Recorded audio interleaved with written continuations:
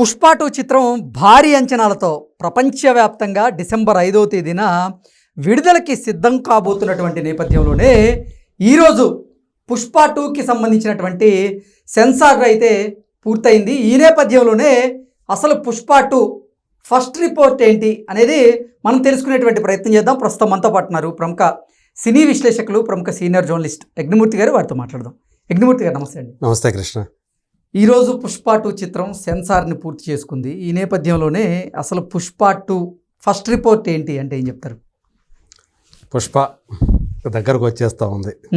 So excitement levels ఇంకా పెరిగిపోతూ ఉన్నాయి. ఎందుకంటే ఎప్పుడు డిసెంబర్ 5th వస్తుందా అని చెప్పేసి ఫ్యాన్స్ అందరూ కూడా, పుష్ప ఫ్యాన్స్, అల్లు అర్జున్ ఫ్యాన్స్ అందరూ కూడా ఎదురు చూస్తూ ఉన్నారు. అందరికీ తెలిసిందే. రీసెంట్గా చూసుకుంటే అంటే ఓవర్సీస్లో కొంచెం ఆ పేస్ ఏదైతే ఉందో మొదట్లో కనిపించినటువంటి ఆ ప్రీ సేల్స్ హవా కొంచెం నెమ్మదించిందని వినిపించింది. సో ఇప్పుడు మళ్ళీ ఆ ఊపు అందుకున్నట్టు కనిపిస్తూ ఉంది. ఓకే. సో దానికి సంబంధించినటువంటి పుష్ప సెన్సార్ సర్టిఫికేట్ కోసం వెళ్ళింది అనే వార్త దగ్గర నుంచి ఎవరికి వాళ్ళు ఇష్టం వచ్చినట్టు రాసేసుకుంటూ ఉన్నారు. మీడియాలో దానికి సంబంధించినటువంటి కథనాలు వస్తూ ఉన్నాయి, రన్ టైంకి సంబంధించి. సో ఇట్లా రకరకాలుగా ఫస్ట్ హాఫ్ అలా ఉంది, సెకండ్ హాఫ్ ఇలా ఉంది, ఇవన్నీ కూడా ఏవో వస్తూ ఉన్నాయి. సో ఎవరికి తోచింది వాళ్ళు అదే, అంటే మేము చెప్పింది కరెక్ట్ అన్నట్టుగా రాసుకుంటూ వస్తున్నారు, చెప్తూ వస్తున్నారు. సో ఇవన్నీ పక్కన పెడితే మనకి ఆ సినిమాకి పనిచేసిన వాళ్ళు మనకు తెలుసు కాబట్టి అప్పటికే మనం ఇప్పటిదాకా తెలిసినా కూడా ముందే చెప్పకూడదనే ఉద్దేశంతో మనం రివీల్ చేయట్లా. ఇప్పుడు కూడా మనం రివీల్ చేయట్లేదు. కాకపోతే రన్ టైం వచ్చేసి దీనికి 3 గంటల 20 నిమిషాల పైన ఉందనేది ఖాయం. ఇప్పటి వరకు చూసుకుంటే రీసెంట్ ఇయర్స్లో యానిమల్ అనేది ఎక్కువ రన్ టైం ఉన్న సినిమా. అది 3 గంటల 21 నిమిషాలు ఉంది. అవును, ఇది కూడా దాదాపు అలాగే అంతే ఉంది అని చెప్పేసి మనకి తెలిసినటువంటి విషయం. ఓకే. ఇంకా సెన్సార్ సర్టిఫికేట్ వస్తే మనకు అథెంటిక్గా తెలిసిపోతుంది. కాకపోతే ఇప్పుడు ఏంటంటే యానిమల్కి దీనికి డిఫరెన్స్ ఏంటంటే ఈ సినిమాకి 10 నిమిషాల సేపు యాడ్లు రాబోతున్నాయి. సినిమాకి ముందు అలాగే ఇంటర్వెల్లో 5 నిమిషాలు వేస్తారా లేకపోతే 15 నిమిషాలు వేస్తారా తెలియదు. అంటే అన్ని కంపెనీలు దీంతో ఒప్పందం కుదుర్చుకున్నాయి. అర్థమైంది, 25 కంపెనీల పైనే. సో ఆ రకంగా కూడా ఈ సినిమాకి ఒక ఆదాయం అది కూడా. సో అన్ని కంపెనీల వాళ్ళు అంటే పుష్ప సినిమాతో పాటు తమ యాడ్లు కూడా వేస్తే తమకి ఇంకా ఎక్కువ మైలేజ్ వస్తుంది, ఎక్కువ పాపులర్ అవుతాయి, ఎక్కువ అంటే ఎక్కువ మందికి రీచ్ అట్రాక్ట్ చేయొచ్చు, వినియోగదారులు ఎక్కువ మందిని అట్రాక్ట్ చేయడానికి అవకాశం ఉంటుందనే ఉద్దేశంతో ఆడుతున్న అన్ని థియేటర్లు, ఆల్మోస్ట్ అన్ని థియేటర్లో కూడా 10 నిమిషాల సేపు సో వేయబోతున్నారు. యాడ్స్ అనేవి కనిపించబోతా ఉన్నాయి. ఓకే. పైగా ఈ యాడ్స్ కూడా ఈ సినిమా రన్ టైంలో ఇంక్లూడ్ అయ్యి ఉంటాయా లేకపోతే లేదు? ముందు ఒక 5 నిమిషాలు వేస్తారని చెబుతున్నారు, అలాగే ఇంటర్వెల్ వేస్తారని చెప్తారు. కొన్ని వచ్చేసి ఆల్మోస్ట్ అందులో 20 పైనే బ్రాండ్లు మనకి సినిమాలో వివిధ రూపాల్లో మనకి కనిపించబోతున్నాయి, వాటి ఉత్పత్తులు కనిపించబోతున్నాయి. Okay. So in movie ads అంటారు అవి. సో సినిమాలో కూడా భాగం కాబోతున్నాయి అవి కూడా. సో ఆ రకంగా కూడా సినిమాకి నిర్మాతలకు ఆదాయం వచ్చింది. సో ఇది అంటే ఈ రకంగా చూసుకుంటే 10 నిమిషాల యాడ్లు ప్లస్ 3 గంటల 20 నిమిషాలు ప్లస్ ఇంటర్వెల్ టైం, ఈ లెక్కన ఎంత టైము చూసుకోండి. 4 గంటల వరకు సినిమా ఉండే మోర్ దాన్ 3 hours 45 minutes, అంతకు మించే ఎక్కువ ఉండబోతుంది మనకి. అంటే మనం సపోజ్ 11 గంటలకి మార్నింగ్ షో అనుకుంటే వాళ్ళు బయటకు వచ్చేది కనీసం 12, 1, 2 గంటల 2:30 తర్వాత బయటకు వస్తారు. అది పరిస్థితి. అంత అంటే ఈ మధ్య కాలంలో ఇంత డ్యూరేషన్ ఉన్న సినిమా ఈ మధ్య కాలంలో లేదు. తెలుగు సినిమాకి వస్తే అప్పుడెప్పుడో మన పౌరాణికాల కాలంలో 3 గంటల 20 నిమిషాల పైన ఉన్న సినిమాలు, దానవీర అయితే 3 గంటల 45 నిమిషాలు ఉంది. అట్లాగే లవకుశ సినిమా 2 కూడా ఎన్టీ రామారావు గారి, అది 3.5 గంటల సినిమా. అట్లాగే సంపూర్ణ రామాయణం శోభన్ బాబు సినిమా, అది 3 గంటల 20 నిమిషాల పైన ఉంటుంది. సో మళ్ళీ ఇప్పుడు వింటున్నాం మళ్ళీ అంతా. సో ఈ మధ్యకాలం మనం చూసాం కల్కి 3 గంటల పైనే ఉంది, దేవరా 3 గంటలు ఉంది. సో ఇప్పుడు దానికి మించి ఈ సినిమా అంటే ఇప్పుడు పుష్ప 2 3 గంటల 45 నిమిషాల పాటు నిడివి గనక ఉంటే సార్ రోజుకి ఎన్ని ఆటలు ఆడే అవకాశం ఉంది? అదే దాన్ని బట్టి టైమింగ్స్ అనేది అడ్జస్ట్ చేస్తారు ఇక. సో అంటే ఒక సినిమా వాళ్ళు బయటకు రావటం నెక్స్ట్ షో వాళ్ళు లోపలికి వెళ్ళిపోవడం అంతే. గ్యాప్ అనేది ఉండదు, 5 నిమిషాల గ్యాప్ కూడా ఉండదు. అంటే మామూలుగా అయితే మల్టీప్లెక్స్లో ఏం చేస్తారు, అక్కడ బయటకు వచ్చిన తర్వాత మళ్ళీ అంత క్లీనింగ్ అవి చేసుకొని ఒక 10 నిమిషాలు తర్వాత వెళ్తారు.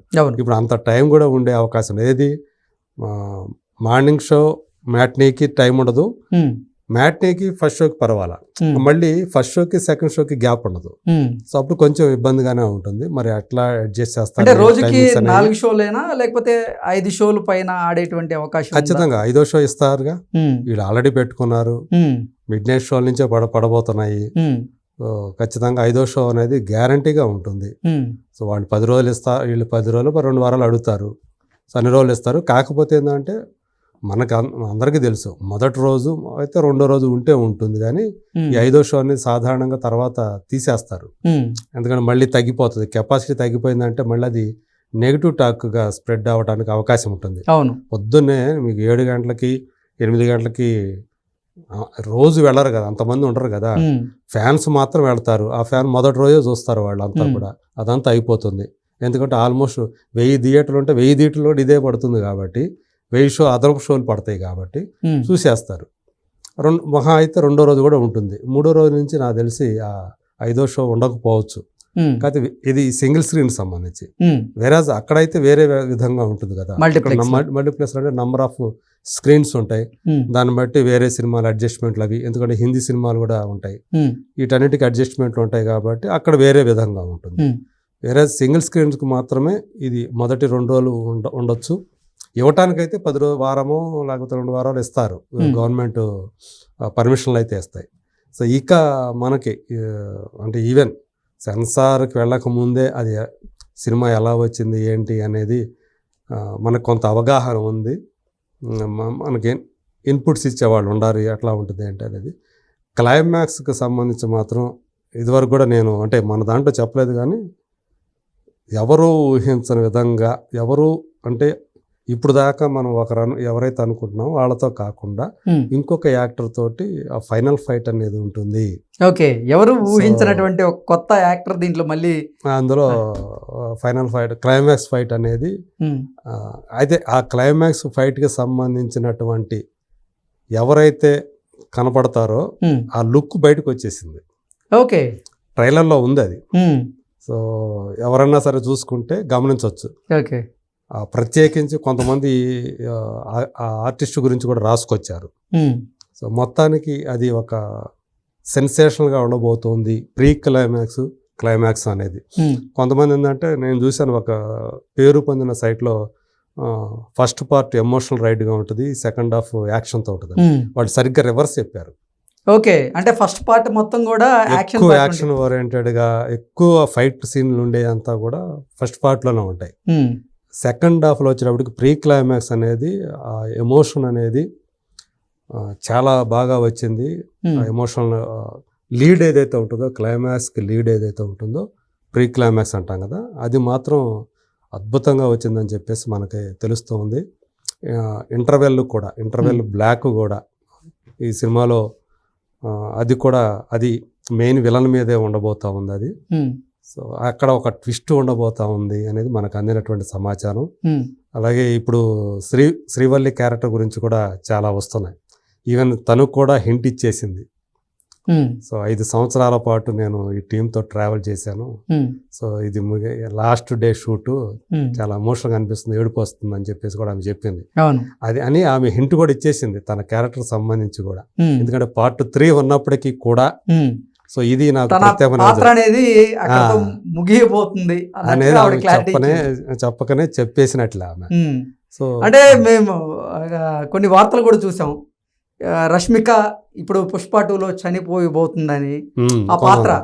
ఆ పాత్రని చంపేసి ఇప్పుడు రష్మిక వాడినటువంటి కాస్ట్యూమ్స్ ఏవైతే ఉన్నాయో అవి పుష్ప ధరిస్తాడు, అవే గంగమ్మ జాతరలో ఉన్నటువంటి ఆ సీర అని కూడా కొన్ని వార్తలు వచ్చాయి, చెప్తూ ఉన్నారు. ఎందుకంటే ఆ డైలాగ్ కూడా ఒకటి ఉంది కదా, మొగుడు పెళ్ళాం మాట వింటే ఎట్టా ఉంటుందో ఈ ప్రపంచానికి చూపిస్తా అంటాడు కదా, రావు రమేష్ క్యారెక్టర్తో చెప్తాడు. సో దానికి అది కూడా లింక్ చేసి చెప్తూ ఉన్నారు. కాకపోతే జాతర అనేది చాలా హైలైట్గా ఉండబోతోంది. క్లైమాక్స్లో కూడా జాతర హైలైట్గా ఉండబోతూ ఉంది. మొత్తానికి మనకి తెలిసినంత వరకు మెయిన్ విలను థర్డ్ పార్ట్లో కూడా కంటిన్యూ అవుతాడు ఫహద్ ఫాజిల్ క్యారెక్టర్. సో కాబట్టి క్లైమాక్స్ ఎలా ఉంటుంది ఏంటి అనేది మనకు ఒక చిన్న క్లూ దొరికినట్లే అనమాట. ఓకే. సో ఖచ్చితంగా ఈ సినిమాలో తన ఐడెంటిటీ ఏదైతే ఉందో, ముల్లేటి అనే ఇంటి పేరుని తనకి దొరకకుండా పెట్టుకోవడానికి లేదని చెప్పేసి అన్న అంటాడు కదా. సో ఈ సెకండ్ పార్ట్లో దానికి సంబంధించినటువంటి ఎపిసోడ్ కూడా అంటే ఒక సెంటిమెంట్ ఎపిసోడ్ బాగా ఉంది. సో తల్లి పాత్రని కల్పలత అనే ఆమె చేసింది కదా, అట్లాగే అజయ్ అందులో మెయిన్గా అది ఇవ్వటానికి ఐడెంటిటీ ఇవ్వటానికి ఇష్టపడని మారుటి అన్న, సవతి అన్న. సో ఈ సినిమాలో చాలా దానికి మించి ఉండబోతుంది ఇందులో. అట్లాగే చాలామంది యాక్టర్లు కనిపిస్తూ ఉన్నారు. ఇందువల్లే ఇంతమందికి స్పేస్ కావాల్సి రావటం వల్లే ఈ డ్యూరేషన్ కూడా పెరిగిపోయింది. ఎందుకంటే జగపతి బాబు, ఆదిత్య మేనన్ అన్నదమ్ములుగా కనిపించబోతున్నారు ఈ సినిమాలో. దాదాపు 11 మంది విలన్లు ఉన్నారు. ఈ 11 మంది విలన్లతోటి మరి పుష్పరాజు ఫేస్ చేయాలంటే కొంత కావాలి కదా టైము. సో అందు గురించి ఎంత టైం పడుతుందని చెప్పి మనం అనుకోవచ్చు. సో ఆల్రెడీ పార్ట్ 3కి సంబంధించినటువంటి సీన్లు కూడా కొన్ని ఆల్రెడీ తీసేసినట్టుగా దీంతో పాటు, ఎందుకంటే మళ్ళీ ఆ లొకేషన్స్కి వెళ్ళటం మళ్ళీ ఇబ్బంది అవుతుందని చెప్పేసి ఆ లొకేషన్కి సంబంధించి పార్ట్ 3లో వచ్చే సీన్స్ కూడా కొన్ని తీసేశారని కూడా మనకి అందుతున్నటువంటి సమాచారం. ఓకే. సో మొత్తానికి ఫస్ట్ హాఫ్ అంతా కూడా అంటే పుష్పరాజుకు సంబంధించినటువంటి అంటే ఈ సినిమాలో మరింత రిస్క్ చేసుకొని తను ఆ ఫైట్ సీన్స్ని చేశాడు. సో ఖచ్చితంగా ఇప్పుడు దాకా ఏదైతే డౌట్స్ ఉన్నాయో ఇంకా డౌట్స్ ఏమీ పెట్టుకోవాల్సిన పని లేదు. సో బాక్స్ ఆఫీస్ని బద్దలు చేయడానికి పుష్పరాజు 2వ పార్ట్ తోటి డిసెంబర్ 5న రాబోతున్నాడు అనేది ఖాయంగా రాసి పెట్టుకోవచ్చు అని చెప్పేసి నాకు తెలిసిన వాళ్ళు, ఆ సినిమాకి సంబంధించిన వాళ్ళు చెప్తున్నటువంటి చాలా ఆత్మవిశ్వాసంతో చెప్తున్నటువంటి మాట. ఇది ఓవర్ కాన్ఫిడెన్స్ కాదు అని కూడా వాళ్ళు చెప్తున్నారు. Okay sir, thank you so much అండి. Thank you.